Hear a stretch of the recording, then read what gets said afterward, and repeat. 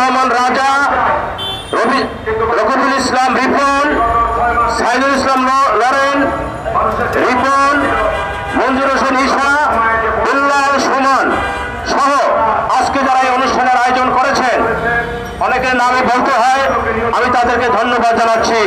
উপস্থিত সাংবাদিক ভাইরা, আমরা আজকে জুলাই আগস্টের আন্দোলনের পর আমরা প্রত্যাশা করেছিলাম এদেশে আর কখনো এদেশের মানুষ বৈষম্যের শিকার হবে না।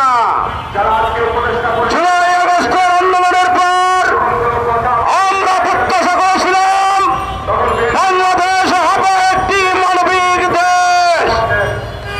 জুলাই আগস্টের পর আমরা প্রত্যাশা করেছিলাম এদেশে আর কখনো ভোটের জন্য আন্দোলন করতে হবে না।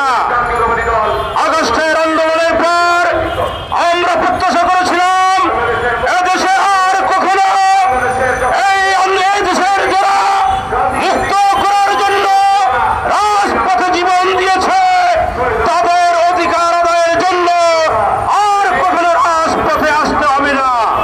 কিন্তু আমরা কি দেখলাম? জুলাই আগস্টের যে চেতনা, জুলাই আগস্ট আমরা যে উদ্দেশ্য নিয়ে আন্দোলন করেছি, আজকে তা পদে পদে বিলীন হতে যাচ্ছে।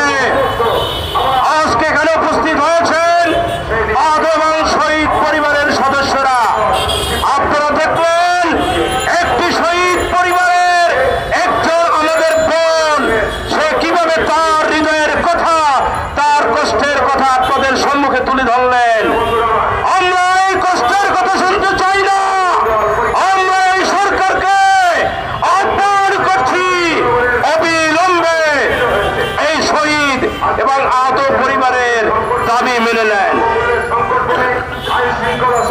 আমরা এই সরকারের কাছে আহ্বান জানাচ্ছি অবিলম্বে জুলাই আগস্টে যারা আহত হয়েছে, যারা নিহত হয়েছে, তাদের সঠিক তালিকা প্রকাশ করুন।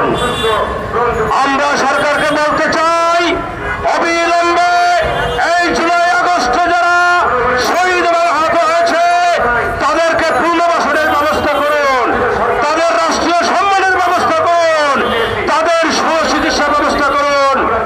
আমি সর্বশেষে সবাইকে এখানে উপস্থিত হওয়ার জন্য আমার ধন্যবাদ জানিয়ে আমি আমার বক্তব্য শেষ করছি।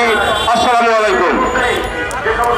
এখন আমাদের মাঝে মূল্যবান বক্তব্য রাখবেন আজকের অনুষ্ঠানের প্রধান